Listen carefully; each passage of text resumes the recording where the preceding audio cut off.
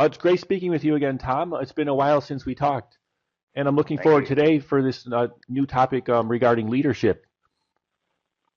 That's Um, terrific. my question is, what is the future of leadership in business? Leadership in business is different. Both the context and the content have changed in the last 10 years. We've gone from the industrial age, commonly called mass production, to what I call the energy age or mass customization. And very few leaders actually know how to respond. It's driven by real time, not linear time. Everything happens in real time. The internet doesn't shut down. Everything is now. And the linear models of the past no longer applies. But that's the only way leaders know how to think. That comes from many, 100 years of the industrial age business model. The industrial age business model isn't wrong. It isn't bad. It still works, but I call it burned out. It's like a star in the heavens that burned out 25 years ago. We still see the light 25 years later, but all of a sudden it's gone. So a lot of leaders today don't know how to behave. They don't know how to function. They have to think completely different, and it's very frustrating for a lot of them. What they continue to do is run the old model, the old way of thinking and doing. But the leverage point is in seeing people,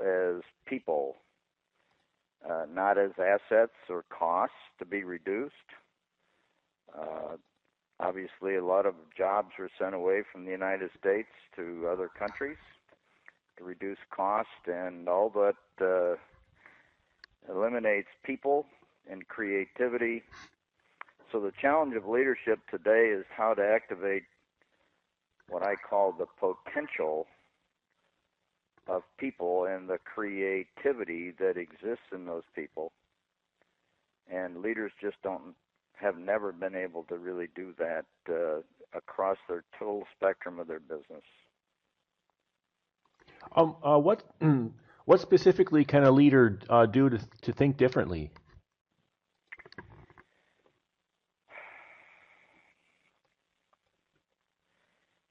Well, the hard part of this, Dustin, is they draw on their intelligence.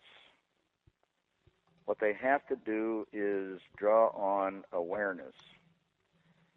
And the only way to do that, and the way I do it, is to help them simulate the future. They have to go into a simulation.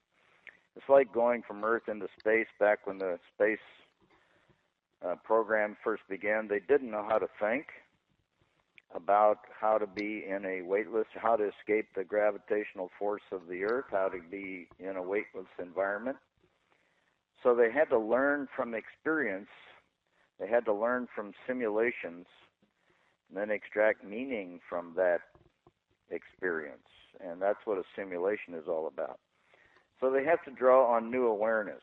The awareness is out there, but you can't confront the intelligence of the past. The intelligence of the industrial age isn't wrong.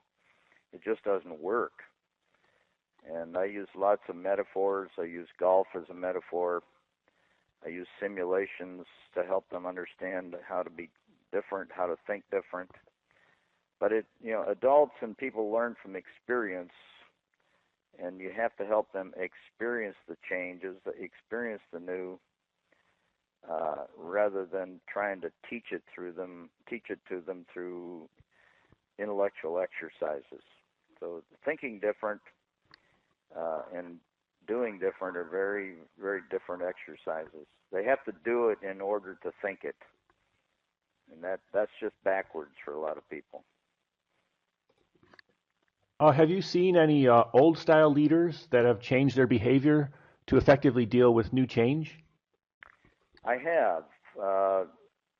the ones that go through my simulation, my transformational leadership simulation, easily embrace change because you put them in a role where they can observe, the new business models. They can observe what's possible, and they're open to change because they've all been seeking it. They've all been looking for the next level. They've all been looking for how to get out of the box to the next level, and they're open to that type of experience.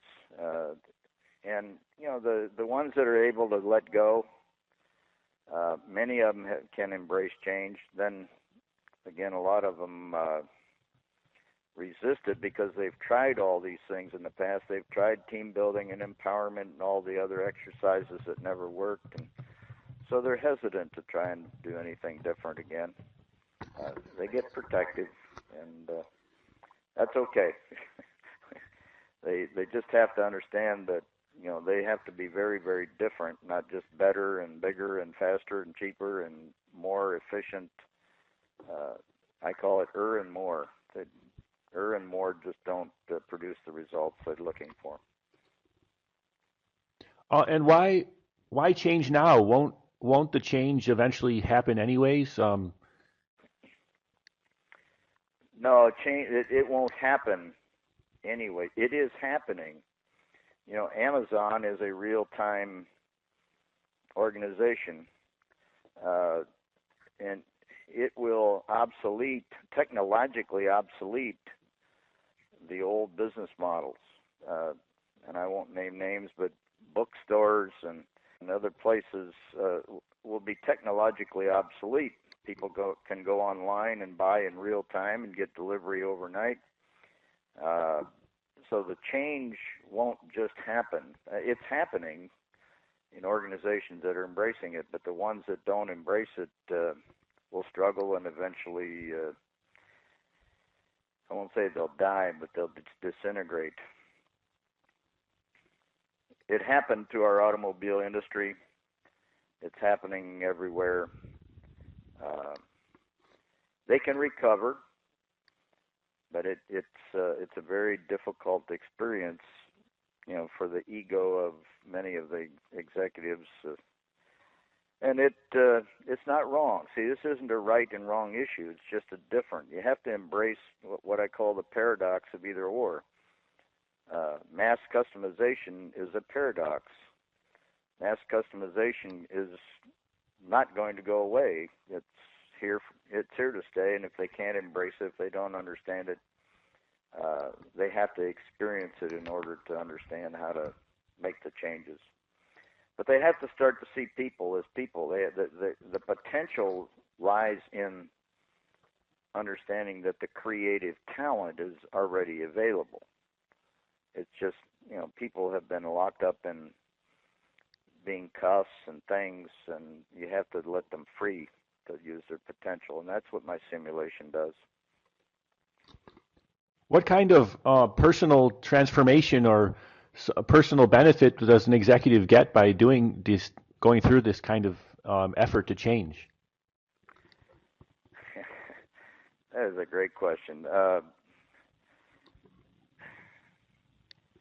Some of them look at me and say, I don't have anything to do. My organization is finally working the way I've always wanted it to work.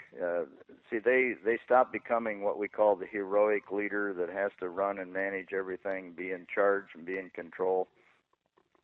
And the organization becomes what we call aligned, and everybody has the same sense of purpose, and it becomes effortless for them.